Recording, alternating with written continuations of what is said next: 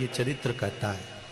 पंडित जी ने प्रश्न करा, महाराज आप जो रोज झाड़ू लगाते हो, रोज पोछा लगाते हो, रोज सफाई करते हो, कचरा उठाते हो, इसके करने से कोई फल प्राप्त होता है क्या?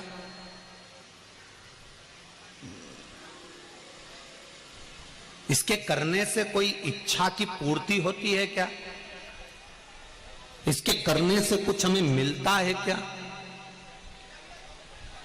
तब उसी समय पर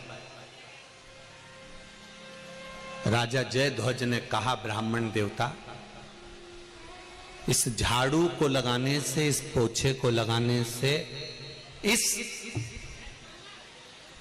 सफाई को करने से, इस कचरे को उठाने से क्या फल मिला, मैं आपको बताना चाहता हूं ब्राह्मण देवता। मैं पहले रेवत ब्राह्मण था।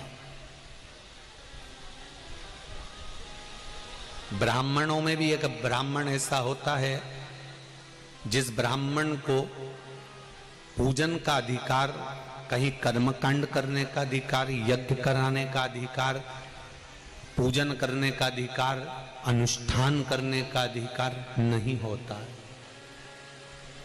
पूर्व समय में मैं रेवत ब्राह्मण था।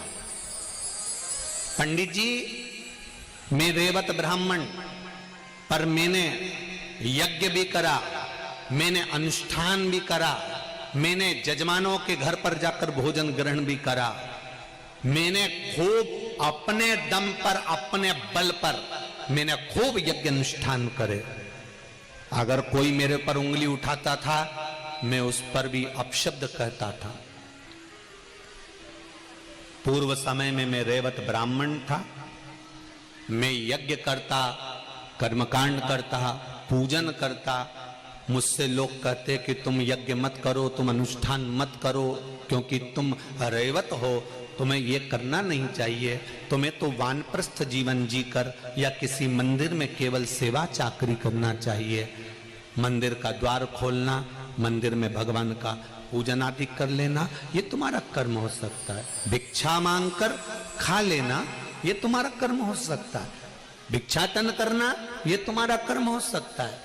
7 घर 8 घर की भिक्षा को इकट्ठा कर कर तुम अपने परिवार का भरण पोषण कर सकते हो, ये तुम कर सकते हो। पर तुम कर्मकांड करो, तुम यज्ञ कराओ, तुम अनुष्ठान कराओ, ये ठीक नहीं है। पंडितों ने मुझे समझाया, पर मैं नहीं माना। बहुत मेरा बल था, मैं मानता नहीं था। और मैं बहुत वैश्यावृत्ति भी करता था, जुआ भी खेलता था और गलत काम भी करता था। जिनके यहां मैं यज्ञ कराने जाता था, अनुष्ठान करने जाता था, वहां से थोड़ा ना थोड़ा सामान अधिकता में लेकर आ जाता था। अपने परिवार के लिए बहुत मेहनत किया। एक बार मैं पूजन कराकर आ रहा था और पूजन कराकर आते आते रास्ते में एक सुंदर ब्राह्मणी दिखी।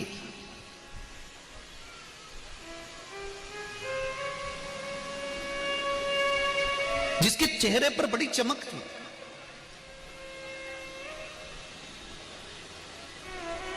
बड़ी सुंदर थी वो।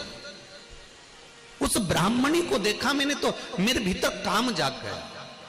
और काम जागा तो मैंने पूजन का सामान मेरे साथ में था। मैंने ब्राह्मणी का हाथ पकड़ा और उसको एक खंडेरे की ओर, टूटे हुए मंदिर की ओर ले गया। मुझे नहीं मालूम था कि ये टूटा हुआ मंदिर है। मैंने खंडेरा जानकर, एकांत जानकर ब्राह्मणी को उस कक्ष की ओर, रात्रि का समय था, उस ब्राह्मणी को खींचकर मैं उस खंडेरे की ओर ले गया।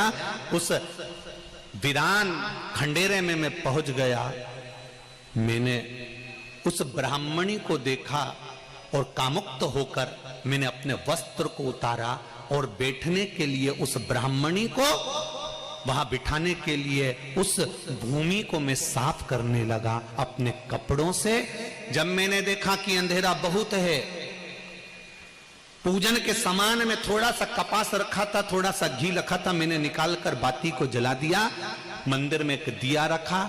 वहीं से नगर का एक सिपाही जा रहा था। उस सिपाही ने देखा कि इस खंडेरे में आज तक कोई ने दिया नहीं जलाया, रात्रि को प्रकाश कैसे हो रहा है। रात्रि को प्रकाश कैसा है? इस खंडेरे में किसने दिया लगा दिया? इस खंडेरे में दीप किसने लगाया है? और वो सिपाही उस खंडेरे के अंदर प्रवेश कर गया। प्रवेश करते से उसने मुझे उस ब्राह्मणी के देखा, ब्राह्मण की पत्नी के साथ में, ब्राह्मणी के साथ में। देखते ही उसने सोचा कि ये जरूर दूसरे राज्य का गुप्तचर है, यहां छुप कर बैठा है। इस खंडेरे में तो कोई आता नहीं है, इस टूटे हुए भवन में तो कोई आता नहीं है, और इसका वध उस सैनिक ने वहीं की वहीं कर दिया। ब्राह्मण की पत्नी को छुड़ाकर घर भेज दिया। ये वहां मर गया, प्राण छूट गए। प्राण छूटते से ही उसी समय पर इसका जो स्वरूप था वो भगवान के स्वरूप जैसा बन गया और बैकुंठ की ओर चला गया। जैसे बैकुंठ के दरवाजे पर पहुंचा तो पहुंचते से ही बैकुंठ के द्वारपालों ने पूछा कि ये बैकुंठ कैसे आ गया? ये तो वो पापी जीव है जिसने पाप पर पाप करा है। इसने ऐसा कौन सा पाप है जो नहीं करा हो? वैश्यावृत्ति इसने करी, जुआ इसने खेरा, मदिरापान इसने करा, सारी दुनिया के काम करे। रेवत ब्राह्मण होकर भी कर्म को बेकार कर गया। ये इसको तो नरक भोगना चाहिए था, तो फिर ये बैकुंठ के दरवाजे पर कैसे आ सकता है? तब पीछे से भगवान शंकर के गण खड़े होकर कहते हैं, ये जान नहीं पाया था कि जिस मंदिर में खंडेरे में उस ब्राह्मण की पत्नी को लेकर गया था, भले काम के तेज के कारण इसने अपने कपड़े उतार कर वहां सफाई करी थी और वहां एक दिया लगा दिया था। उस सफाई करने का फल इसको ऐसा मिला कि इसको बैकुंठ में विराजमान कर दिया गया। मेरा इतना सा निवेदन है कि किसी मंदिर में, भगवान शंकर के मंदिर में अगर आप झाड़ू लगा रहे हो, पोछा लगा रहे हो, आपको नहीं मालूम कि इसका फल क्या मिलता है, तो आप नरसिंह पुराण का ये चरित्र पढ़ सकते हो। वो तो काम उत्तेजना में था। उसने तो उस स्त्री के साथ में गलत कार्य करने के लिए वस्त्रों को उतारा था, पर उन वस्त्रों का भी प्रयोग उसने जमीन को साफ करने में कर दिया। उसको नहीं मालूम कि ये शिव का मंदिर है, उसको नहीं मालूम कि भगवान का मंदिर है, उसको नहीं मालूम कि नारायण का मंदिर है। वो तो काम में इतना डूबा हुआ था कि उसको वो स्त्री दिख रही थी, वो नारी दिख रही थी, उसकी सुंदरता दिख रही थी। उसको नहीं मालूम कि इस खंडेरे में शंकर भगवान बैठे हैं, उसको नहीं मालूम कि इस जगह पर शिव जी बैठे हैं, उसको नहीं मालूम कि शंकर का शिवलिंग अंदर है कि नहीं है। बस उसने वस्त्र उतारा और उस वस्त्र से सफाई करी बैठने के लिए और एक दिया लगा दिया, उसका फल ये मिला। फिर पांडवों ने पूछा कि तुम बैकुंठ चले गए तो फिर ये बहुरोमा नाम के राक्षस दैत्य कैसे बन गए? तो कहा, मैं बैकुंठ तो चले गया सफाई कर कर भगवान के मंदिर में, पर मेरे भीतर अहंकार भरा रहा। एक बार देवऋषि नारद निकल कर जा रहे थे और मैंने उनको देखकर हंस दिया, हंसा तो उन्होंने मुझको राक्षस होने का श्राप दे दिया। मैंने उनके चरण पकड़े तो संत का स्वभाव था, उन्होंने मुझे वर दे दिया, जिस दिन तू द्रौपदी का हाथ पकड़कर खींचकर